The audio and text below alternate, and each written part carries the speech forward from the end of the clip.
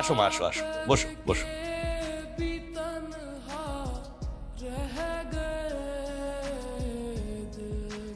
আরে ছেলে মেয়ে তো আমাদের ঘরেরই ছেলে, এত দেখা দেখি কি আছে। হ্যাঁ সেটাই তো, সেটাই।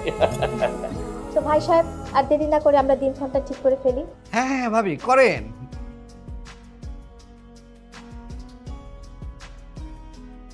আঙ্কেল, ওদের একটু আলাদা কথা বলা দরকার না? আরে না বোকা, তোরা চল। বোকা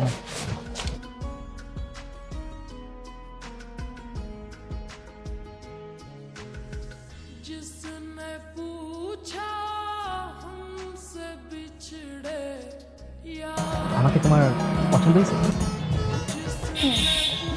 তবে তোমাকে পছন্দ হওয়ার কারণটা জানতে চাও? হ্যাঁ বলো তো, কেন? ল সাবজেক্ট আমার খুব পছন্দ। আমি চেয়েছিলাম আমার হাজবেন্ড একজন লয়ার হবে, সুযোগ হয়নি তাই আমার পড়া হয়নি। আর তোমার সাথে আমার ব্যাপারটা মিলে গেছে, এই জন্য।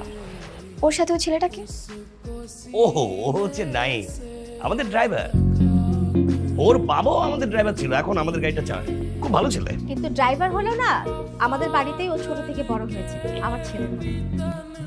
আঙ্কেল, হয়েছে কি, অর্ণব বলতে চাচ্ছিল যে আমার হবু ভাবি মনিকা কোথায় আছে, কখন আসবে। এই সবসময় আমাকে ফাঁসি দিস কেন? আমি বলছি তো একবারও বলতে এগুলি। আরে এত তোলা হওয়ার কি আছে, অস্থির হচ্ছিস কেমন? আসবে সে, আসবে তো। বিয়ের ডেটে একটু বেশি দেরি হয়ে গেল না, কোনভাবে কি আগানো যায়? আমার বন্ধু তো দর্শ হচ্ছে না। আসছে মনে হয়।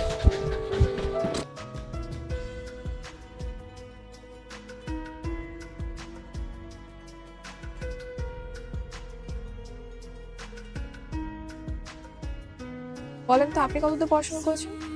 আমি আমি তো 5 পাস। মিথ্যা বলেছেন, আপনাকে দেখে মনে হয় না আপনি 5 পাস। না না, সত্যি বলছি, আমি 5 পাস, 5 পর্যন্ত পড়ালেখা করেছি।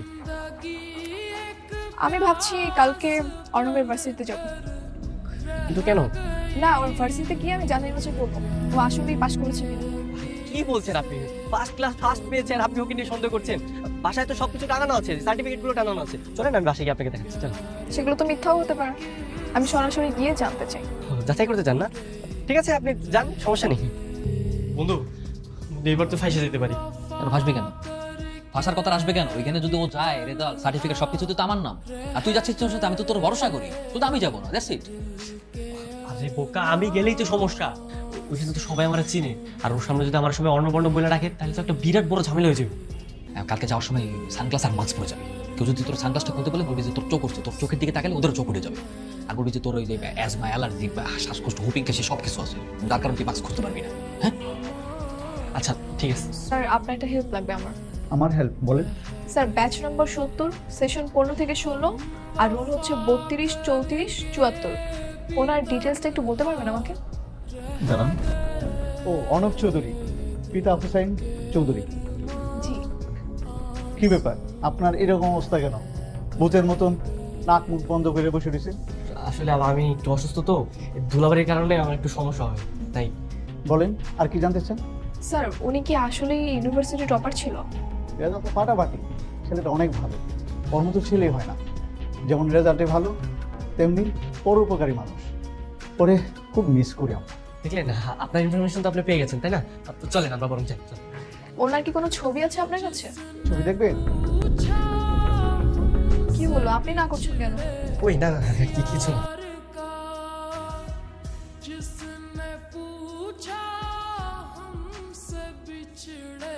দেখেন, এই ব্যাপারটা যে এইভাবে আপনার কাছে প্রকাশ পাবে আমি না কখনো কল্পনাতেও ভাবিনি। তাছাড়া একটা সার্টিফিকেট তো মানুষের জীবনে সবকিছু হতে পারে না। অর্ণব সত্যি খুব ভালো মনে একজন মানুষ, আপনাকে অনেক ভালোবাসে।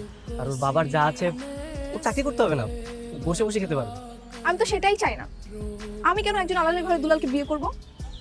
আমি যাকে বিয়ে করব সে হবে একজন মেধাবী কর্মজীবী ছেলে, অনেস্ট, সত্যবাদী, যে একজন নিরপেক্ষ আইনজীবী।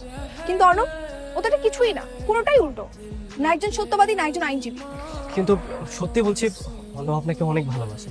বাবার কোনো টাকা পয়সা কমতে নেই, আপনি চাইলে ওকে বিয়ে করতে পারেন, আপনার কোনো সমস্যা হবে না, ও আপনাকে সুখী রাখে। আর অর্ণব তুই? কি মানে হ্যাঁ এখানে এসেছিলাম। আরে এই মেয়েটা সেই মেয়েটা না যাকে তুই প্রথম থেকে প্রেমে পড়ে গেছিলি?